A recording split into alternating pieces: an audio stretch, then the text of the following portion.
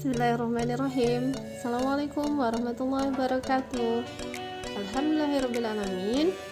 Pada pekan kemarin kita telah melaksanakan ujian tengah semester untuk mata kuliah struktur dan ikatan kimia semester ganjil tahun ajaran 2020-2021 dengan 27 soal pilihan ganda dan 2 soal esai. Nah, kira-kira gimana hasil dari UTS-nya masing-masing? Apakah cukup baik dan memuaskan? Atau ada yang merasa kurang puas dan nilainya kurang baik? Oke, tidak apa-apa ya. Insya Allah kita masih punya waktu di setengah semester ke depan untuk memperbaiki yang masih kurang. Nah, di soal UTS kemarin, Ibu memberikan soal PG sebanyak 27 soal dan soal esai sebanyak 2 soal, di mana keseluruhan soal PG memiliki total poin 81, sementara soal esai memiliki total poin sisanya dari 100, yaitu 19 poin. Dan alhamdulillah sudah Ibu cek semuanya telah mengikuti UTS dengan baik. Sebanyak 70 respon telah Ibu terima pada Google Form, yang berarti semua telah mengikuti soal pilihan ganda, dan juga 70 soal jawaban soal esai telah Ibu terima di Inaus.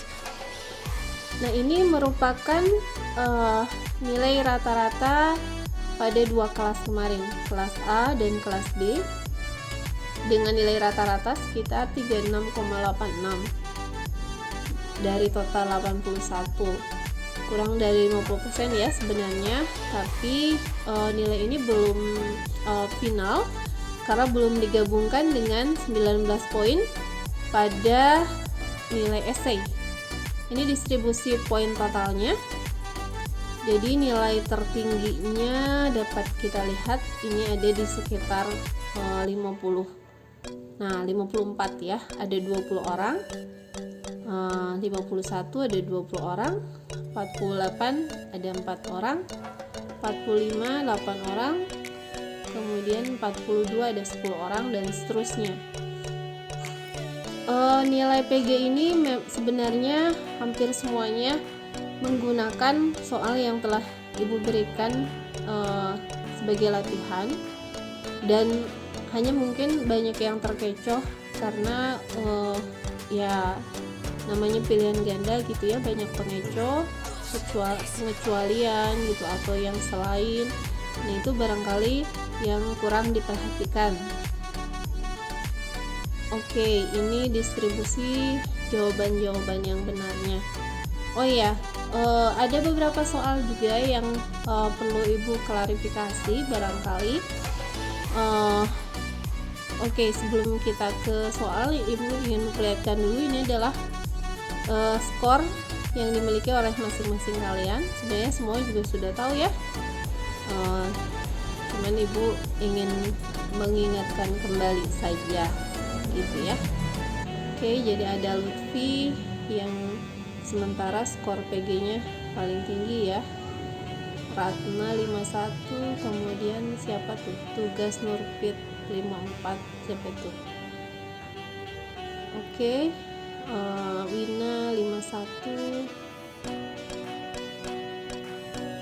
ya. Sementara itu untuk nilai pilihan ganda ya, masih sangat mungkin berubah. Oke, dan seperti yang tadi sempat Ibu sampaikan bahwa setelah Ibu review, memang ada beberapa soal yang mengalami sedikit kesalahan dalam pengetikan, sehingga mungkin membuat kalian bingung. Ada beberapa laporan dari teman kalian. Jadi dari 27 soal PG ini 3 akan mengalami anulir gitu ya, 3 akan mengalami anulir atau ya nilai poinnya akan ditambahkan ke nilai kalian secara otomatis. Berarti 3 kali 3 poin, 3 soal yang masing-masing soalnya 3 poin, berarti ada 9 poin yang akan ditambahkan. Yeay, alhamdulillah ya. Nanti akan nambah, setiap orang masing-masing akan dapat 1 poin. Oke, yang ini soal yang pertama. Menurut Born, keliling orbit elektron merupakan kelipatan bulat panjang gelombang de Broglie, yaitu dengan A0 5,292 10⁻⁹. Temukan persamaan yang tepat. Ya, jawabannya ada di opsi yang pertama. Kemudian hitung panjang gelombang. Nah, ini yang mengalami koreksi ya, Pak Anulir. Ini jadi memang tidak ada jawabannya karena memang ibu salah mengetik. Harusnya transisi bukan dari orbital 3 ke 2 gitu ya, bukan dari orbital 3 ke 2. Jadi ini harusnya itu dari orbital 4 ke 2. Nah, ini jadi ngikutin soal di latihan kalian 3 ke 2, tapi isinya malah yang sudah ibu hitung gitu ya, dari 4 ke 2. Jadi otomatis soal yang ini akan ditambahkan 3 poin ke nilai total kalian. Kemudian sebuah elektron bergerak. Oke, ini jawabannya yang A. Sebuah benda bermasa 100 gram dengan laju 20, ini juga jawabannya A. Kemudian gas etilen, clear ya. Ada berapa ikatan sigma dan V nya? Jawabannya 1 dan 2. Kemudian di antara ion-ion berikut mana yang bersifat diamagnetis dan mana yang bersifat paramagnetis? Ya, ini memang harus tahu dulu konfigurasi diagram molekular orbitalnya ya. Yang mana yang diamagnetis yang mana? Diamagnetis yang B dan D, paramagnetis A dan C ya. Kemudian yang ini eksperimen Geiger-Marsden Rutherford menggunakan partikel apa dari sumber radioaktif? Penemuan apa yang diperoleh? Kecuali ya. Nah, kecualinya itu ada di yang C ya. Distribusi sudut hamburan partikel sesuai dengan prediksi model Thomson. Harusnya kan tidak sesuai. Kemudian model atom Rutherford mengatakan bahwa muatan positif terkonsentrasi di inti bla bla bla. Perhatikan apa kelemahannya.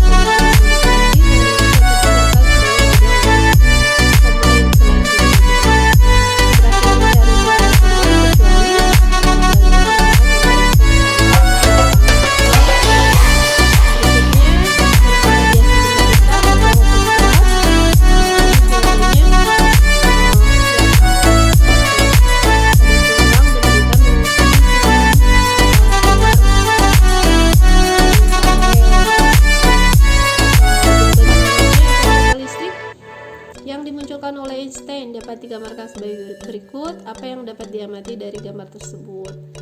Setiap logam memiliki frekuensi cahaya minimal untuk melepaskan elektron. Oke. Selanjutnya, de Broglie menyatakan bahwa tidak hanya cahaya yang memiliki sifat mendua, melainkan juga partikel. Sifat tersebut yang dikenal sebagai dualisme gelombang partikel memenuhi kaidah apa saja? Sifat tersebut, nah ini kan harusnya bisa ya, ini kan harusnya bisa, ini jawaban yang benarnya harusnya B lambda sama dengan E per C, atau ini kan dari rumusan E sama dengan lambda kali C ya. Kemudian lahirnya teori kuantum didasari 3 dasar pemikiran. Kedudukan partikel tidak dapat ditentukan dengan akurat. Oke, itu jawabannya ya, B. Kemudian, nah yang ini juga yang mengalami anulir. Fungsi radial tidak punya makna, yang punya arti fisik adalah fungsi distribusi radial. Ini harusnya ibu kasih kecuali, tapi terlewat, tidak terketik. Nah, harusnya jawabannya A. Tapi kalian bingung karena tidak ada kecualinya, jadi yang ini juga dianulir. Kemudian berdasarkan gambar berikut, apa perbedaan fungsi distribusi radial untuk 1S, 2S, dan 3S? Oke. Daerah kebolehjadian elektron ditemukan tertinggi adalah pada puncak kurva. Oke. Fungsi sudut menggambarkan bentuk orbital. Analisis perbedaan bentuk orbital pada gambar di bawah ini. Nah, kalau nggak salah ini juga yang kemudian dianulir. Harusnya juga ini sama, yang tidak masuknya itu yang mana gitu ya. Nah, kalian juga pasti bingung. Nah, jadi ada 3 yang dianulir. Ini clear ya, hitung muatan inti efektif untuk Zn. Kemudian apa yang menyebabkan terbentuknya orbital antibonding, nah oleh gelombang outphase ya. Kemudian data panjang ikatan. Oke, yang A jawabannya. Kemudian perhatikan diagram MO untuk HF, pernyataan yang kurang tepat. Nah, ini harusnya yang D jawabannya. Kemudian yang ini juga banyak yang salah nih.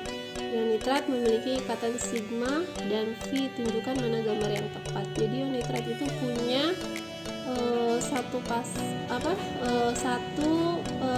ikatan V gitu ya, satu ikatan rangkap 2. Kemudian hibridisasi apa yang terjadi pada molekul di bawah ini? Molekul apa sih, lupa lagi, tapi jawabannya ini harusnya A ya. Ini untuk jawaban PG-nya.